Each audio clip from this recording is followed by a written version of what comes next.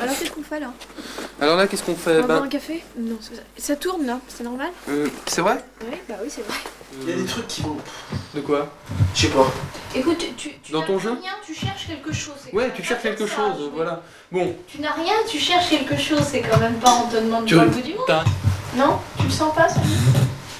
Si, mais quand je le sens, il me dit que c'est pas bon. Comment tu le sens? Vas-y. Je sais pas. En fait, il y a le problème du point. Non, on s'en fout, non? C'est sur des plans comme ça? Non, mais si tu veux, il veut faire comprendre tout un symbole de la répression en Afrique du Sud à travers le symbole du bâton, si tu veux. Sur l'escalier. Voilà. L'escalier, c'est un petit peu la montée de la morale humaine, et le bâton il bouge plus, c'est-à-dire que le symbole de la répression qui est le bâton, donc la matraque, il est bloqué par l'escalier, par cette montée de la morale humaine. Et ça, je crois qu'il arrive bien à le faire ressentir à son public. En fait, l'entrée était là, mais il y avait un long couloir. Tout le monde allait au fond. Ouais, il y a un long couloir derrière. C'est en retournant un carton de vieilles reliques poussiéreuses que je suis tombé sur des cassettes Vidéo 8 et Humatic SP, l'âge d'or de la vidéo analogique dans les années 90, et qui contenait un précieux trésor. C'était les rushs d'un court-métrage que j'avais commencé, mais jamais terminé malheureusement.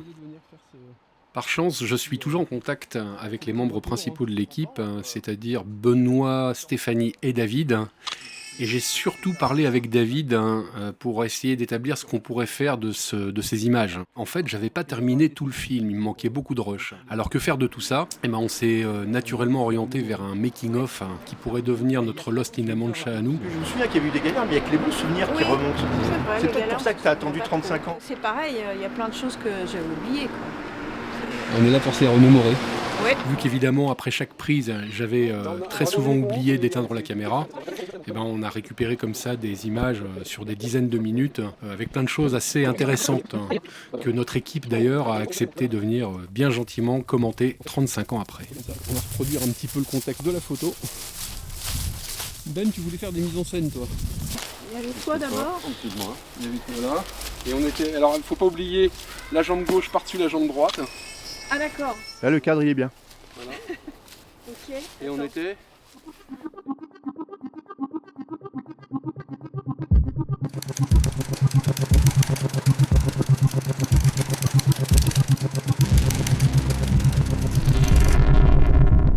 À l'époque, je lisais pas mal de revues sur le cinéma de genre.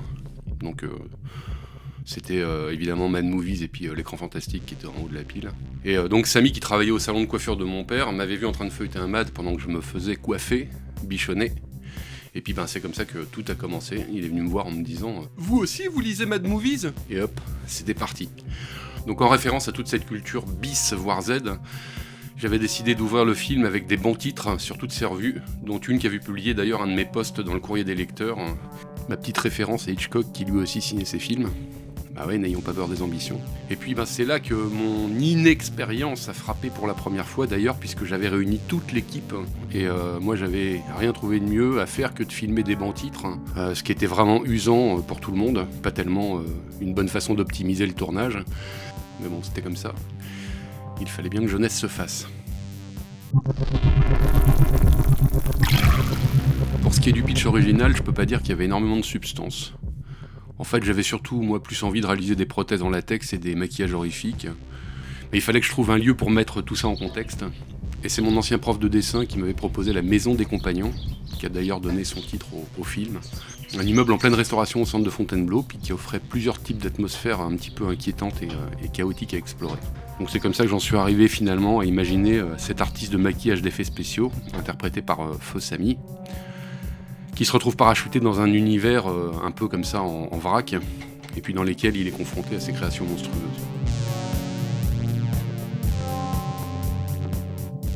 Pour la préparation, on avait fait plusieurs réunions de pré-production. On se voyait avec Samy et deux David, parce qu'en fait il y avait deux David, dont un qui m'avait beaucoup aidé pour la création des masques en latex en amont. Et puis surtout je passais énormément de temps à dessiner les storyboards et tous les concepts utiles pour les films, parce que moi c'était ça que j'aimais faire. Attends, je vais me placer là. Voilà. Donc là, on visionne. Exactement, on va visionner. Si vous avez des trucs à dire en cours. Ah bah attends, je me sers juste pour trinquer là. Parce pratiqué toi-même. T'as pratiqué toi-même. Oui, j'étais vraiment dans les arts plastiques. Alors la première fois que j'ai réuni toute l'équipe, que tout le monde s'est rencontré, c'était pour tourner une séquence test que je voulais monter pour voir comment mes idées allaient fonctionner à l'écran, parce que j'étais quand même novice. De cette époque, on avait encore un autre personnage, Josette, qui jouait le rôle d'un mage, qui gouverne différentes dimensions et qui manipule les univers dans lesquels Samy va se retrouver projeté. Mais on n'a jamais tourné la finalité de toute cette séquence.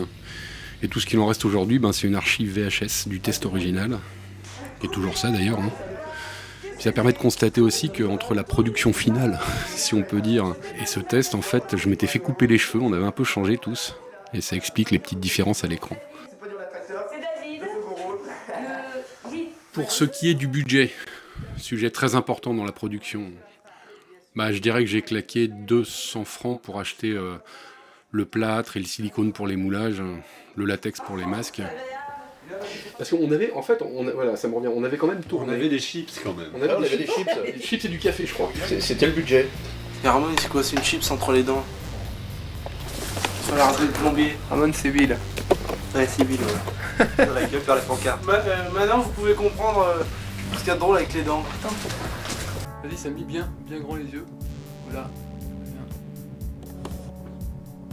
Heureusement qu'il y avait un acteur solide.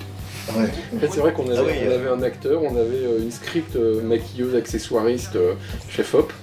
On avait des accessoiristes. Il manquait juste du talent. Ah oui, non. Très bien. Ouais, ouais, on la refait pas alors. Si, on en refait une comme ça. Si, quand même. Je peux la jouer à poil aussi. We are the Ultra Z Boys. Et moi aussi, je veux la voir, la caméra. Ultra Z. The Ultra Z Boys are coming. He's the director. From the director of Nothing. Ouais, mais toi tu bouges. De toute façon, avec ta tête, il y a tout qui est amovible. En fait, moi, c'est ça dont je me souviens le plus, c'est ça. J'étais surtout là pour aider, pour tenir les lumières. Rassemble-toi un petit peu et. Et c'est pourquoi tu m'as foutu sur le projet, c'est parce que je disais Mad. Point. Moteur. Au départ, on était quand même censé un peu avoir tous une casquette. Chacun avait son poste, moi je réalisais. Il y avait David et Ben, on va dire, plus ou moins sur les accessoires. Mais tout le monde s'est vite retrouvé à faire un peu de tout. Steph en particulier, elle était chef op, mais elle est vite passée également à la direction d'acteurs, accessoiriste et script, chargée de planning. D'ailleurs, elle avait une façon de gérer un planning de production et moi la mienne. C'était vraiment un échange. On confrontait nos méthodes. Mais son poste privilégié, c'était quand même chef maquilleuse, je crois. Bon, quelque chose de pas. Il y aura peut-être des gens importants, donc je voudrais que ce soit un petit peu travaillé quand même. C'est oui, la première fois que j'ai. Enfin, la dernière fois. que j'ai fait du maquillage sur un tournage. Mais c'est complémentaire avec l'image. Non, puis on faisait un peu de tout, hein. C'est ça. Non. Non, les rides aussi. J'ai pas de rides, les cheveux blancs, trop plein. Ouais, après il nous raconte une histoire de réunion à la con. D'accord. Et puis vous êtes encore, vous le croyez encore. Non, mais N'empêche que du coup, oublier d'éteindre la caméra, c'est ce qui m'a permis d'avoir toutes ces images-là. Ouais. Bah ouais. C'est à la limite plus intéressant. Et voilà, je vais dire, les plus intéressantes, c'est quand. Non, mais c'est vrai, mais pour le coup, c'est vrai. Ouais. Rebalance une table dans le canon. Toi, tu souffles juste, tu te pousses du champ et une fois que t'es sorti du champ, tu fais tomber le mannequin. Comme ça, il y aura encore de la fumée partout. Alors, vas-y, Samy. Souffle dans le canon. Toi, vas-y, Benoît. Et fais-le tomber là. Là, voilà.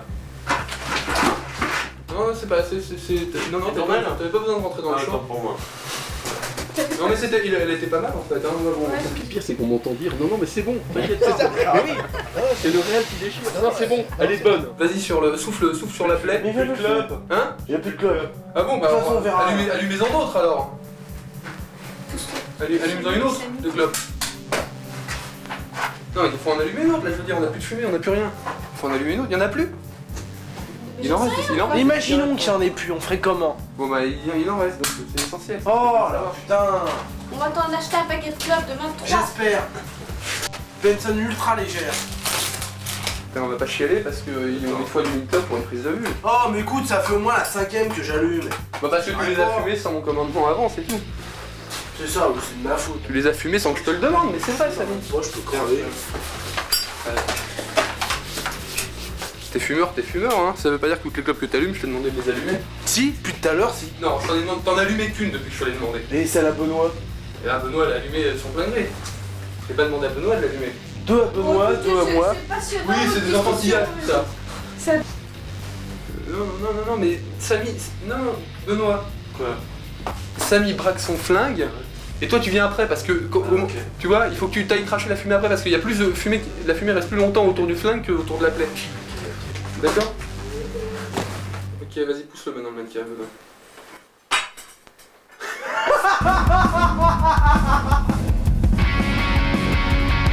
Niveau matériel, hein, j'étais aux Arts Déco, donc j'avais emprunté une caméra M3 et un magnétoscope Humatic SP, qui étaient presque des supports broadcast pour l'époque, plus 3 mandarines pour la lumière, des lampes de 600 watts si je me souviens bien. Et Stéphanie m'avait également obtenu des gélatines pour avoir un peu de couleur dans les lumières, ce qui était assez cool. Et puis en fait au début on n'était pas si mal, sauf que tout a tourné assez court. Lorsqu'on a tourné la deuxième partie vers février 1990, il faisait super froid et les lampes n'ont pas tenu, elles vont péter tour à tour. Le magnétoscope, lui, il est tombé en panne. Il fallait que je fasse des allers-retours Paris-Fontainebleau pour aller chercher des lampes de rechange. Et puis quant au scope, on n'a jamais pu le réparer dans le temps. Donc, Je dis que je sens dans l'air que je ne tournerai pas avant 11h. C'est un pari que je fais avec Bricolomania. Excuse-nous, aujourd'hui, tu vois, il y aurait eu comme des petits problèmes techniques. Non. Et elle sera réparée quand? Ah, ce sera pas réparé, je pense pas qu'on l'aura pour finir le tournage. Mais... Ah bah pourquoi vous avez une autre caméra? Parce que la caméra peut pas marcher sans le magnétoscope. J'aurais une galère. qui marche pas. Galère. Bon, et puis ça nous fait chier. Et Stéphane avec un autre magnétoscope. encore une fois, Stéphanie m'a sauvé la vie. Elle m'a prêté une caméra vidéo 8 de ses parents. C'était un cauchemar.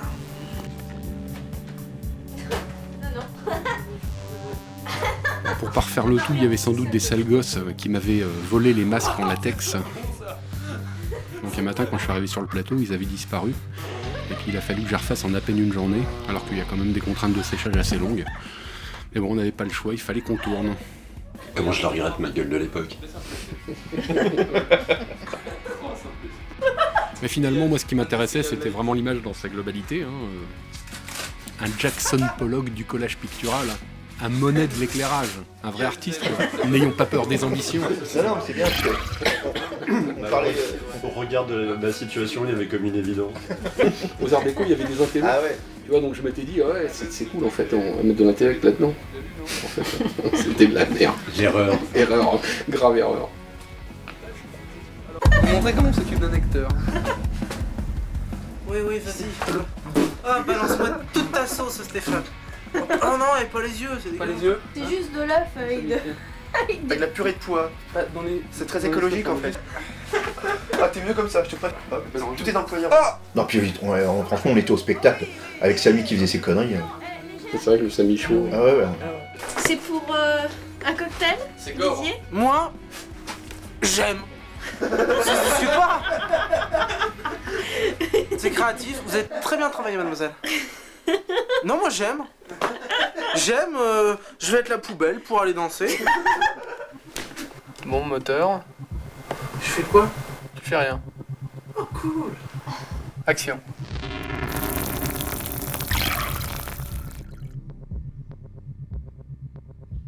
On dit souvent qu'un bon acteur, c'est un acteur qui a eu le meilleur rôle, ou que c'est un acteur qui est bien dirigé.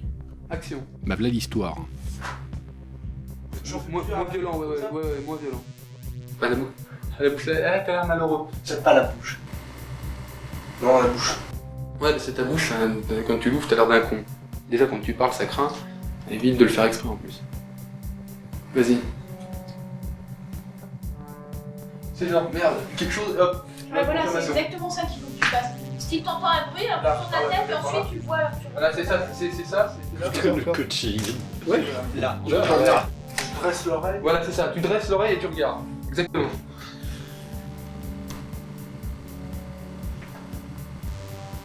Et t'arrêtes pas, t'arrêtes. Je fais quoi? Il faut que je suis là-bas. Tourne la... Attends, stop. Arrête. Et... On dirait le commissaire Maigret qui... Tu es laid. T'es pas vu là, gros boud?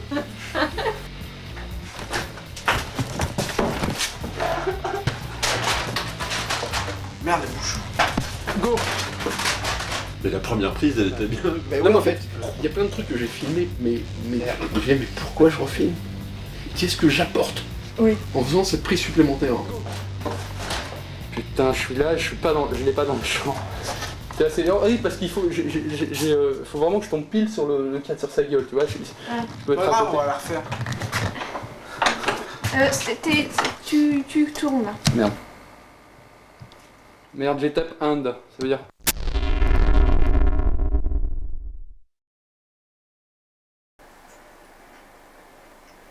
Action.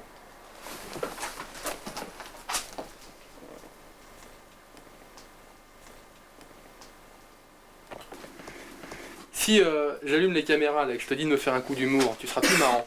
Hein? Bah ce serait plus drôle si tu pouvais braquer la caméra sur ta gueule. Action. Vas-y. Toi! Je vais te briser!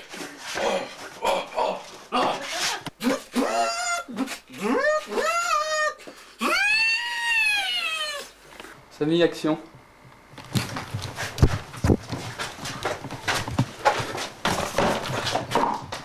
Il est où?